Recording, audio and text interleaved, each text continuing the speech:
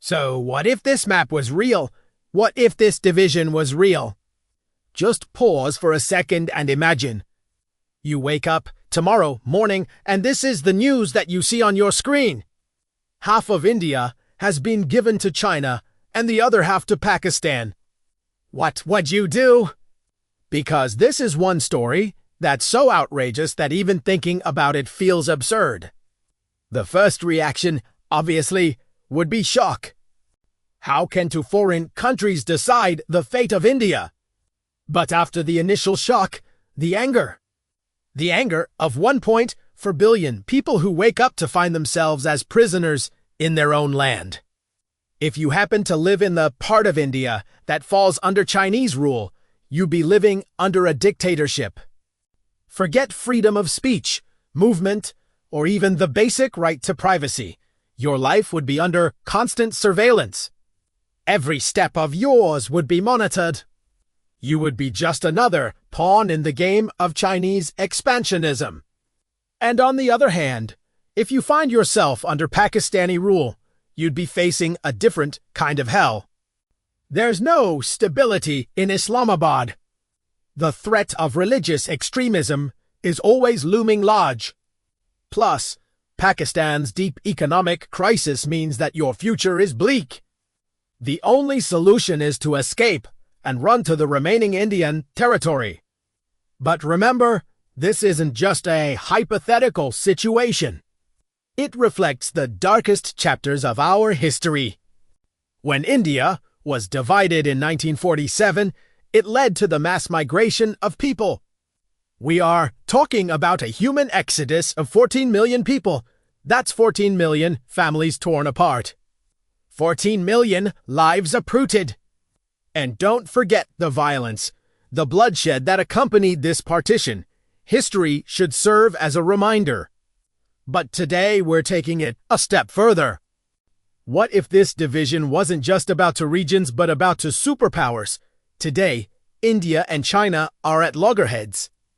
They can't stand each other.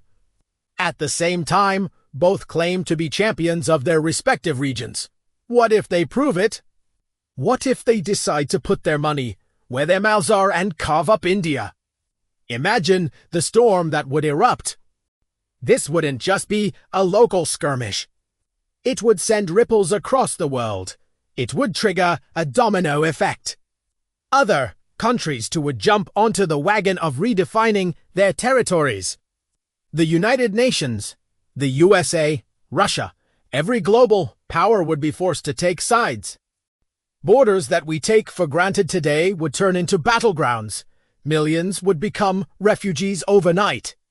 Entire communities would be displaced. And the threat of nuclear war would loom large. After all, we're talking about 3 nuclear-armed neighbors. And what about the economy? Today, India is among the 5 largest economies in the world. It contributes significantly to global GDP. But what happens when you split a growing economy in 2? Investors would immediately scramble for the hills. Markets would crash. Industries would collapse. Unemployment would skyrocket. And if Chinese and Pakistani businesses set up shop in their newly acquired territories, Indians would be out of luck because we are talking about the countries that have a history of exploiting smaller nations. They would drain India's resources without giving anything back. The only thing that would be left behind would be the name. Yes, on paper, India would still exist, but in reality, it would cease to be a major player on the world stage. Think about it.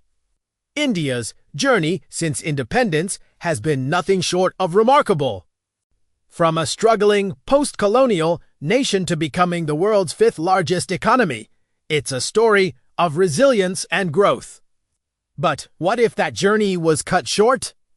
What if someone else decided the course of India's future? The idea itself is unsettling.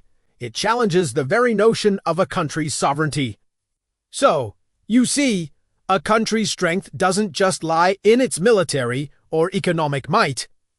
It's also about the unity of its people, their culture, their shared history, These are the threads that make the fabric of a nation, and when these threads are cut, the fabric tears. So let this thought serve as a reminder that what we have today might be taken away tomorrow. So cherish it, protect it, because it's not just a piece of land that we're talking about. It's our home. It's our India.